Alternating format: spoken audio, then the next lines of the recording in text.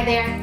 Hi girls, today we are on outline number 3, which is beginning to eat regular meals and snacks through the day. So far you have gone through breaking up with diets and giving yourself full permission to eat foods and enjoy any foods that you want. So how is that feeling so far? Check in with yourself and make sure that you've really committed to those first 2 things. So today's lesson is going to bring back a little bit more structure into intuitive eating so that you feel a little bit more stable and you feel like you have a little bit of a plan. So to give you this structure, we're going to be teaching you and walking you through 3 steps. The first step is learning how to not skip meals. The second step is learning how to be prepared. And step number 3 is identifying and having these quick, easy meal options that you can go to anytime. Step number 1 is don't skip meals. So when you're dieting, it can be perceived as a success to eat less. But when you begin intuitive eating, we then begin to recognize that eating less or restricting or not eating when your body tells you that she's hungry actually backfires and just leads to overeating or binge eating later on. Also, it totally screws with our metabolisms. So what we want you to start doing is really focusing on not skipping meals and understanding that although what you've believed up until now is that it's a benefit, that it actually backfires. You probably know some people who are grazers and some people who maybe you watch and they seem to eat 3 regular meals a day and you're wondering where you should be. So we believe that with intuitive eating, you're probably going to be somewhere in the middle. So we recommend starting with, if you feel comfortable, having 3 regular meals starting with breakfast and 2 to 3 snacks based on how your body's feeling. We want your body to function optimally. We want it to thrive, and we know that she wants to thrive too. So by eating regularly, you're giving her the tools to do that. When you are not eating enough, when you're calorie restricting or your body goes for long periods of fasting, what ends up happening is your metabolism slows down so that becomes the normal. Rather than long-term weight loss, calorie restriction actually leads to long-term weight gain because your body begins to function on those lower levels of calories or begins to function, slows down to function with no food. And then when you do eat, which of course inevitably happens, your body stores that all up or can't burn it. It can't burn it like it normally would because your metabolism is so low. So your body goes into famine mode where it's waiting for that next source of energy to store up as fat so that it's prepared for the next time a famine hits. So if you've been experimenting a lot with yo-yo dieting, calorie restriction, any of those things, you have likely slowed down your metabolism a bit, and we want it to get back to a place where it's functionally optimally. So you're getting food regularly, your body knows a meal's coming soon. It doesn't go into that freak out mode where it's like, oh my gosh, I don't know when the next time I'm gonna eat is going to be, so I need to store this up or I need to slow down my metabolism so that I can function at this lower level. We want you to be able to be at your happy and healthy weight where you can actually eat. And we'll talk about this multiple times throughout the program, but when you're at your happy and healthy weight, you can eat a salad and stay there. You can also eat a burger and fries and stay there. Because your body trusts you, because it's working really well, because it's thriving, your body is gonna know what to do with all of that food. So there's really nothing to be feared. Step number 2 is being prepared. So if you're going to be eating 3 meals a day and multiple snacks, you're gonna have to have food handy. We truly believe that being prepared is one of the biggest tools for success in intuitive eating. And what this looks like for many people is having a prep day, having a few hours that you set aside one day a week. For me, it's Sunday. It can be different for every single person. And on that day, you set aside 2 to 3 hours, you get in the kitchen, you make a bunch of food so that you have healthy, yummy, satisfying options on hand. Every week, I always bake a bunch of sweet potatoes. I roast some chicken thighs. I chop up salad.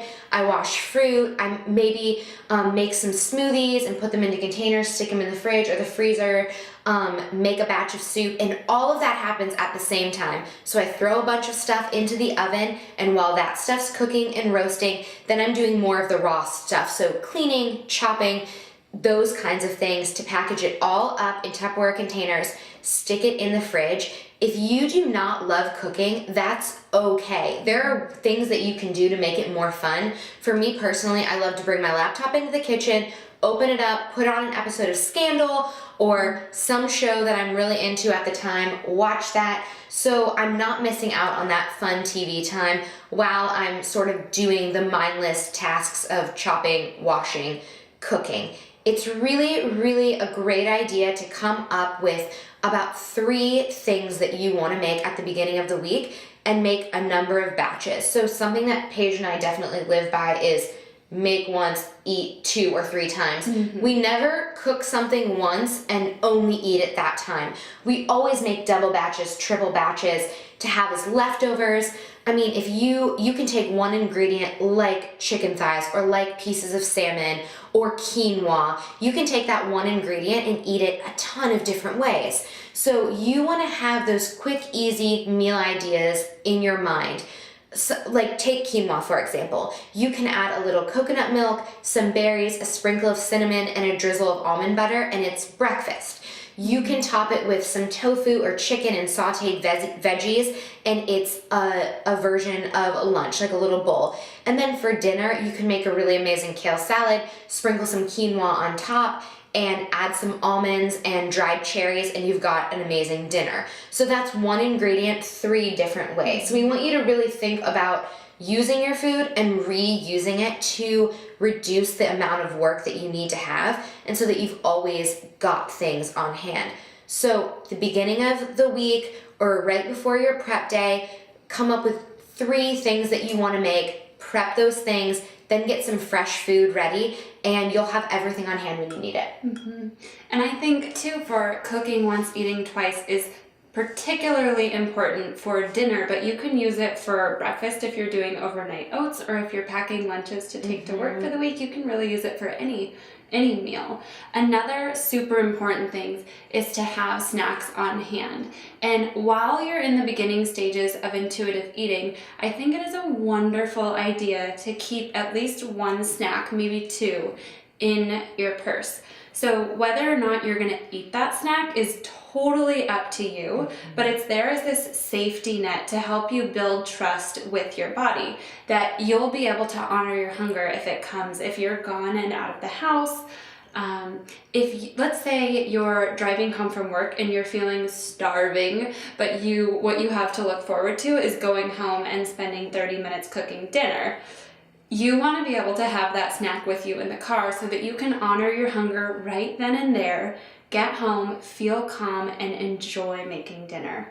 Totally. Other than that, you want to have snacks at home, just on handy all the time, that you can be having outside of meal times, like avocado toast, Lara bars, little bags of nuts. You can make fun trail mixes. Anything that sounds good to you, just keep it in your cupboard so that when your hunger does strike through the day, it's already ready for you. Yeah, totally. Like snack drawers at work work really, really well. If you're someone who's in your car a lot, keeping things in your in the side, the glove compartment. Thank you. Keeping things in your glove compartment.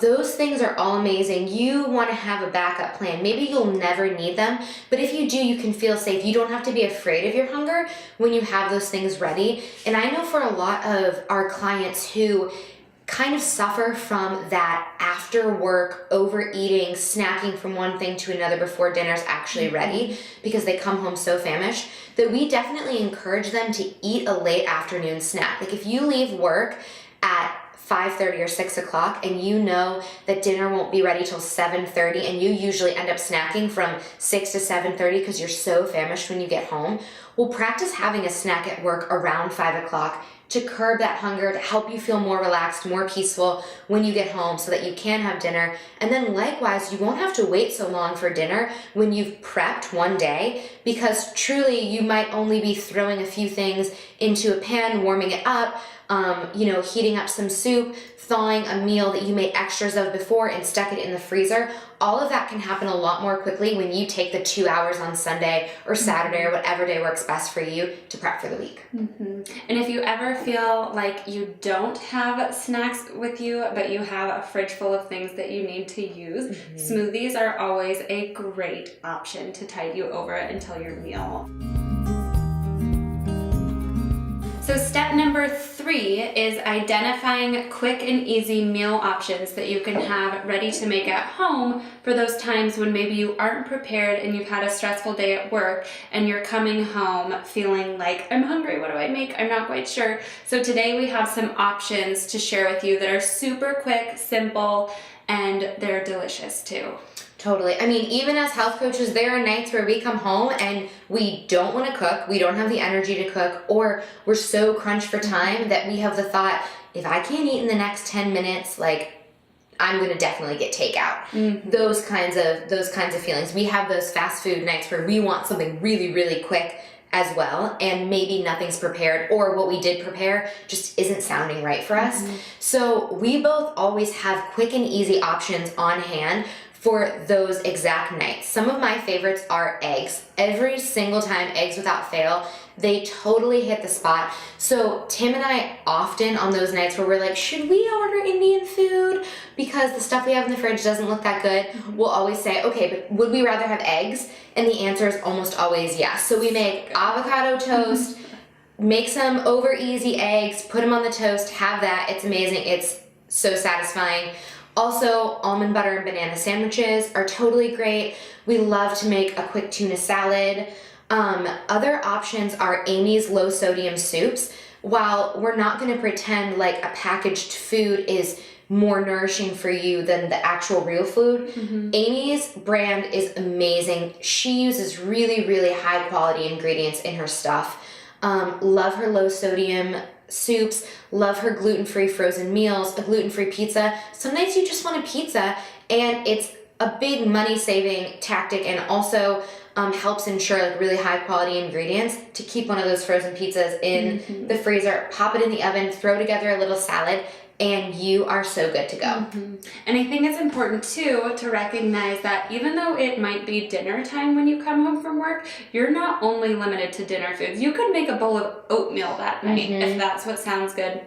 And that's what you already have on hand. So there's no pressure to be eating certain foods at certain times of the day. You can eat whatever sounds good whenever you want. Yeah, that's so true. And I know Paige knows yesterday for breakfast I had chicken and sauerkraut. So literally if you wake up and something sounds good to you and you're like, this is totally not a breakfast food, go with it. If it's there, if it's ready, if that's what your body wants, eat that food and then move on to the next meal. You definitely don't have to be restricted by those rules. All right, so I love home-cooked food, and I love being able to choose the foods that feel really good to my body and make things that I feel comfortable with and are really energizing to me, but I'm not going to pretend for 1 second that I'm the kind of person that loves cooking. So I don't enjoy spending tons of time in the kitchen. I'm never, ever, ever, ever, ever going to pick a recipe that is 2 pages long and has tons of different things happening. I'm sauteing and I'm steaming and I'm blending and I'm mixing. I want really simple recipes, quality ingredients, super simple, easy, quick, and if it takes time, I want it to be the kind of time where I don't actually have to be in there watching it. So that's why I love roasting things, because I can stick stuff in the oven, walk away, and don't have to worry about it.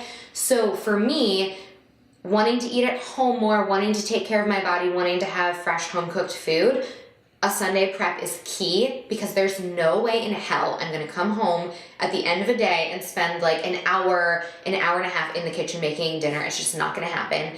I have a rule, 5 to 10 minutes of work or less in the kitchen at nighttime, and that is just the baseline. That's what I do.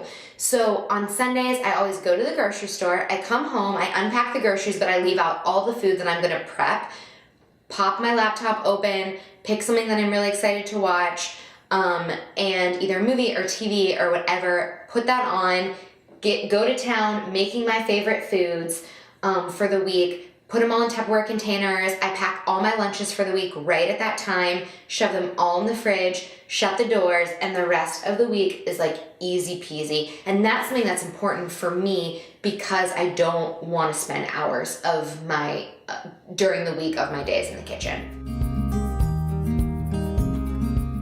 So as sad as it might sound, I used to kind of pride myself on skipping meals when I was dieting. So maybe I'd eat breakfast and I wouldn't find myself thinking about food too much by lunch, and maybe I was really busy, so I'd go ahead and just skip lunch. And those times when I did skip lunch, I always felt this little sense, or this little whisper, this little sneaky voice of, good job, you skipped lunch. You can get right on, maybe have a snack, have dinner. You will have like erased a whole meal from your day. Therefore, you ate less for today. You're a really good girl. You're probably gonna weigh less on the scale tomorrow. And just kind of my head would start going there to this place of, I am now doing really good because I skipped a meal. But what I did not realize time and time again when I would do that is those days would always lead me to binge eating at night. And no matter how many times I experienced overeating at night, I always believed that, you know, today's gonna be the day that I'm gonna have the willpower. I didn't have lunch or I didn't have dinner tonight because I didn't feel like I needed it that much. I'm doing really good. Always without fail, I would end up binging or overeating that day, or the next day eat way more food because my body was trying to make up for it. So with intuitive eating, I learned that there is no reason to have to do that.